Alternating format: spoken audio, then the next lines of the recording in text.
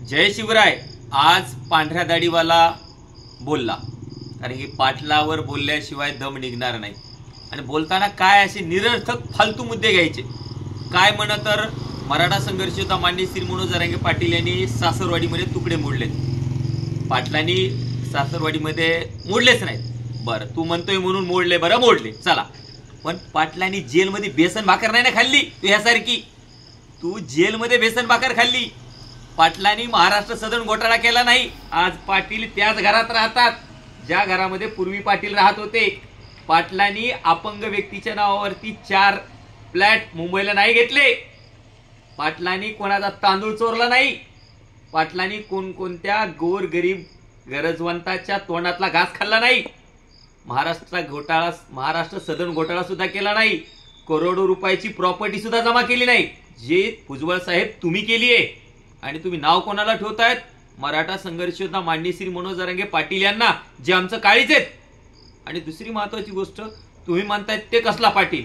मराठा संघर्ष योद्धा आमचे पाटील आहेत महाराष्ट्रातले. आज कोणीही विचारलं, लहान लहान लेकराला जरी विचारलं या महाराष्ट्रामध्ये पाटील कोण आहेत, तर फक्त एकच नाव येणार, ते म्हणजे मराठा संघर्ष योद्धा माननीय श्री मनोज जरांगे पाटील. आणि तू काय म्हणतोस की मराठ्याची लय नेते? तू कसला मराठ्याचा नेता? मराठ्याचा नेता एकच आहे, मराठा संघर्ष योद्धा माननीय श्री मनोज जरांगे पाटील. तू काय बी म्हणला तर आम्हाला काय फरक पडत नाही, परंतु तुला एक मर्यादा असायला पाहिजे. तू पुन्हा काय म्हणालास की या महाराष्ट्रामध्ये विद्युष्ट निर्माण करण्याचं काम मराठा संघर्ष योद्धा माननीय श्री मनोज जरांगे पाटील करतायत. पाटील नाही करत, दादा नाही करत, ते काम तू करतोयस. वारंवार बाईट वरती यायचं. या प्रकारे एक मंत्री असून या ठिकाणी मला तर अजितदादांचं सुद्धा या ठिकाणी नवल वाटतंय की एक मंत्री तुमच्या गटाचा, तुमच्या पक्षाचा या पद्धतीची भाषा कशी करू शकतो, एका समाजाला टार्गेट कसा करू शकतो. जेव्हा कुणीही मंत्री शपथ घेत असताना सांगतो, शपथ घ्यावी लागते की मी कोणत्या समाजाबद्दल आकस बाळगणार नाही. मग हा मराठा समाजाबद्दल छगन भुजबळ आकस बाळगत असताना कसा दिसतो, हा सगळ्यात मोठा महाराष्ट्रासमोर पडलेला प्रश्न आहे. अजितदादा, यावरती तुम्ही विचार करायला पाहिजे. आणि या महाराष्ट्रामध्ये जातीमध्ये तेढ निर्माण करण्याचं काम छगन भुजबळ साहेब तुम्ही करतात. आणि तो आरोप आमच्या दादांवरती करतात. थोडी जनाची नाही तर मनाची तरी ठेवा भुजबळ साहेब. तुम्ही या राज्याचे मंत्री आहात. आणि पुन्हा तुम्ही दुसरी गोष्ट काय म्हणतायत? तुमचं म्हणणं असं आहे की दादांच्या बाजूला जे सहकारी आहेत, कोणी माळू माफी आहेत, कोणी मटका माफी आहेत, असं तुमचं म्हणणं आहे. तर भुजबळ साहेब, या राज्याचे मंत्री आहात तुम्ही, सत्तेमध्ये आहात तुम्ही, लावा ना चौकशी. कोण आहे वाळू माफिया, कोण काय आहे, कोण मटक्यावाला आहे, कळलं ना तुम्हाला. तुमच्याकडे सत्ता आहे ना, सत्ता असल्यानंतर तुम्ही काहीही करू शकतात. असे बिनबुडाचे आरोप करू नका. जर वाळू माफी असतील तर त्यांना अटकच झाली पाहिजे. का होत नाही अटक? अरे ते नाहीये बाबा तसं. तर तसं असतं ना भुजबळ साहेब, तुम्ही असे गप बसले नसते. तुमच्याकडे सगळी यंत्रणा आहे, तुम्ही सगळे जेलमध्ये टाकले असते. त्याच्यात मीही आलो, मलाही जेलमध्ये टाकलं असतं. परंतु आम्ही खुलेआम आहेत, कोऱ्या कागदासारखे आहेत. आमचे 2 नंबरचे धंदे नाहीत, 2 नंबरचे धंदे तुमचे आहेत. आणि तो आरोप तुम्ही आमच्यावरती करतायत का? तुम्ही काय बेसन भाकर खाऊन आलेले साहेब आहेत तुम्ही. आणि तुम्ही कधीही परत जाऊ शकता. तुमचं काम झाल्यानंतर तुमची सेवा तिथंच आहे, त्यात तीळ मात्र सुद्धा शंका नाहीये. सध्या तुमची गरज आहे यांना, म्हणून सध्या तुम्ही मस्तपैकी बाईट देतायत.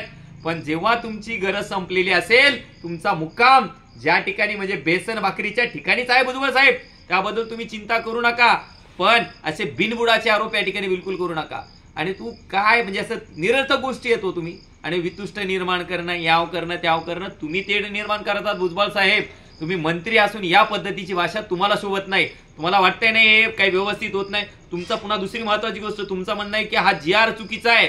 तर भुजबळ साहेब, तुम्ही असं खटकन पदाचा राजीनामा फेकायला पाहिजे, म्हणायला पाहिजे की ज्या सत्तेमध्ये मी आहे त्याच सत्तेतल्या जे सत्ताधिकारी आहेत, जे या राज्याचे मुख्यमंत्री असतील, उपमुख्यमंत्री असतील आणि तुमचं मंत्रिमंडळ असेल, त्यांनी हा GR काढलाय.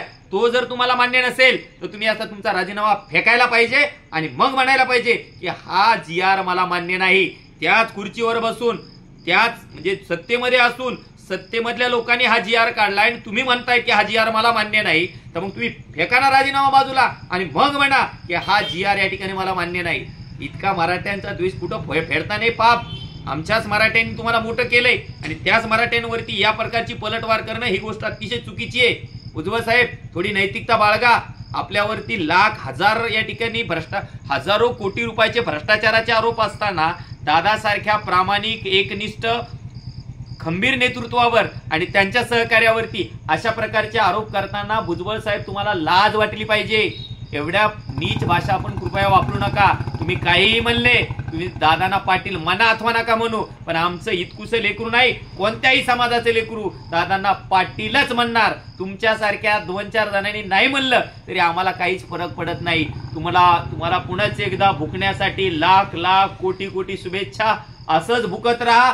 आम्ही समर्थ आहोत तुमच्या भुकण्याला बाजूला करण्यासाठी. आम्ही शेवटपर्यंत मराठा संघर्ष योद्धा माननीय श्री मनोज जरांगे पाटील यांच्या पाठीमागं खंबीरपणे उभं राहू. तुम्हाला काय करायचं ते तुमच्या पद्धतीने या ठिकाणी करू शकता. तुर्तचा थांबतो. धन्यवाद.